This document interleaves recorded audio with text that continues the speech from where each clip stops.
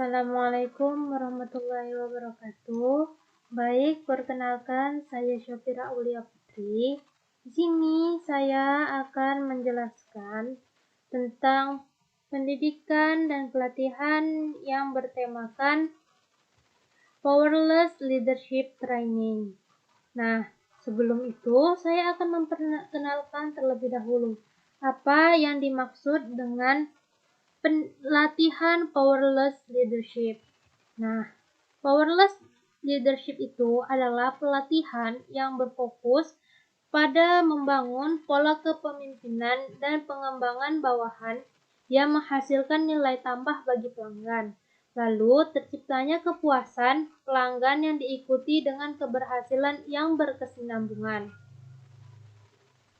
Nah, pada pelatihan ini atau diklat ini terdapat dua fokus, yaitu yang pertama ada collaboration dan yang kedua ada teamwork.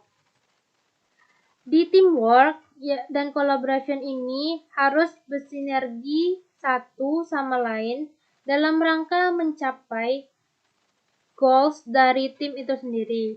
Kesinambungan antara teamwork dengan collaboration yang sempurna dapat membuat tim mampu mengorganisasikan diri sendiri melalui interaksi dan kreativitas dalam perbedaan keagamaan dan untuk mencapai kepentingan kerja.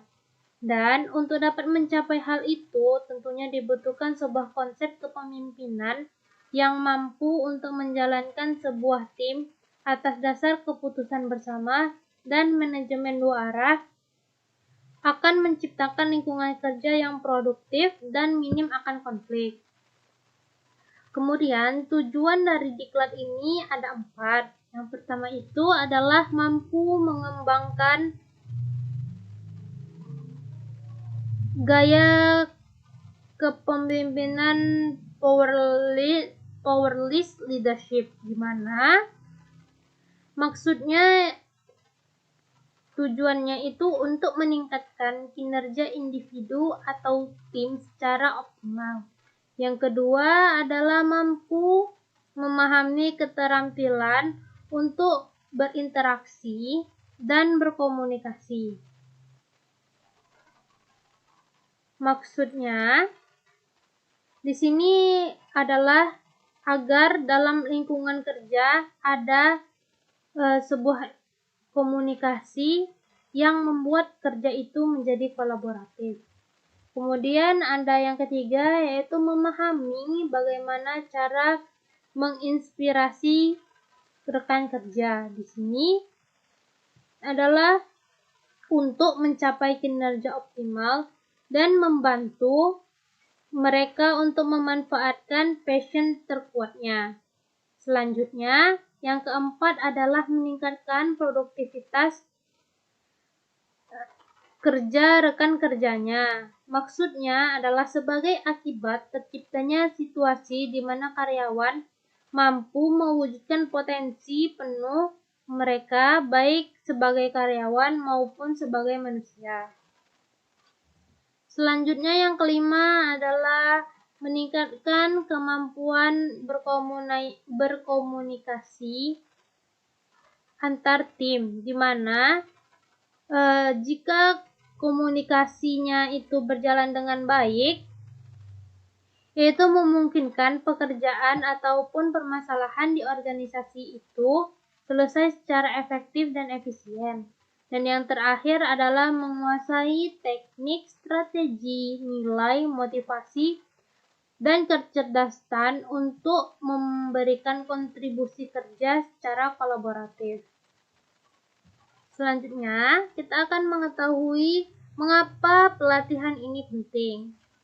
Yang pertama adalah untuk membentuk calon pemimpin yang mampu membangun kolaborasi di dalam tim. Yang kedua adalah meningkatkan kolaborasi dan kerjasama antar tim. Yang ketiga adalah memiliki kemampuan komunikasi yang strategis dalam menghadapi masing-masing anggota tim maupun secara keseluruhan. Kemudian, Hasil yang diharapkan dari pelatihan ini atau diklat ini adalah penerapan gaya kepemimpinan powerless leadership akan menciptakan lingkungan dan sistem kerja yang efektif, efisien, dan juga produktif. Karena masing-masing individu dalam tim akan memiliki peran penting dalam mencapai tujuan bersama dan menemukan solusi serta inovasi yang secara efektif dapat menjawab permasalahan di dalam tim tersebut. Nah, dalam diklat ini akan dilaksanakan dalam 2 hari. Adapun agendanya adalah sebagai berikut. Di hari pertama, maka teman-teman sekalian akan mendapatkan kegiatan yang pertama itu adalah menguasai prinsip dasar kerjasama dan kolaborasi. Dalam hal ini, materi-materi yang akan disampaikan itu adalah seperti 5 prinsip dasar dalam teamwork dan kolaboratif, kemudian adalah materi membentuk kerjasama dan kolaborasi dalam tim, kemudian ada prinsip kerjasama dan kolaborasi, dan yang terakhir itu adalah paradoks kerjasama dan kolaborasi.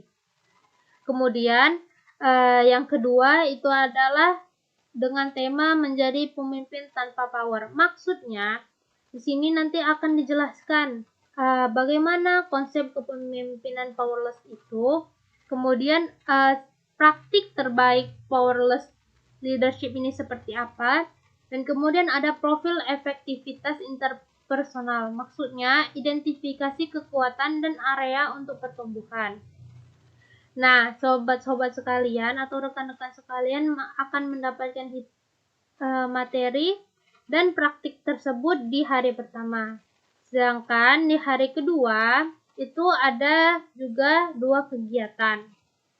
Nah, di kegiatan pertama itu adalah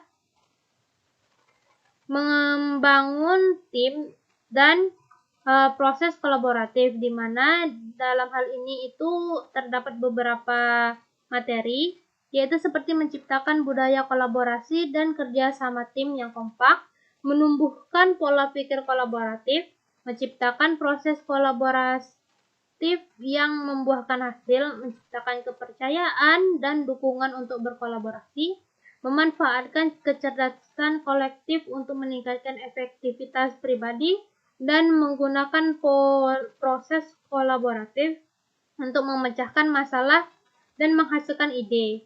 Kemudian yang terakhir itu adalah kegiatan meningkatkan komunikasi kolaboratif, di mana itu materinya seperti mengembangkan keterampilan komunikasi untuk kolaborasi, dan meningkatkan teknik dan fasilitas untuk mempromosikan dialog, berlatih bahasa kolaborasi, proses dan efektivitas untuk meminta pertanggungjawaban rekan kerja, mengetahui sifat konflik dan potensi gangguan kolaboratif, dan menggunakan proses yang efektif untuk resolusi konflik. Sekian di hari kedua, maka diklat ini akan selesai dan diharapkan rekan-rekan kerja sekalian itu memiliki dan mampu menguasai konsep dari powerless leadership ini. Sekian, saya tutup. Semoga rekan-rekan sekalian dapat memahaminya. Jika ada pertanyaan dapat dilanjutkan dengan lebih baik. Wassalamualaikum warahmatullahi wabarakatuh.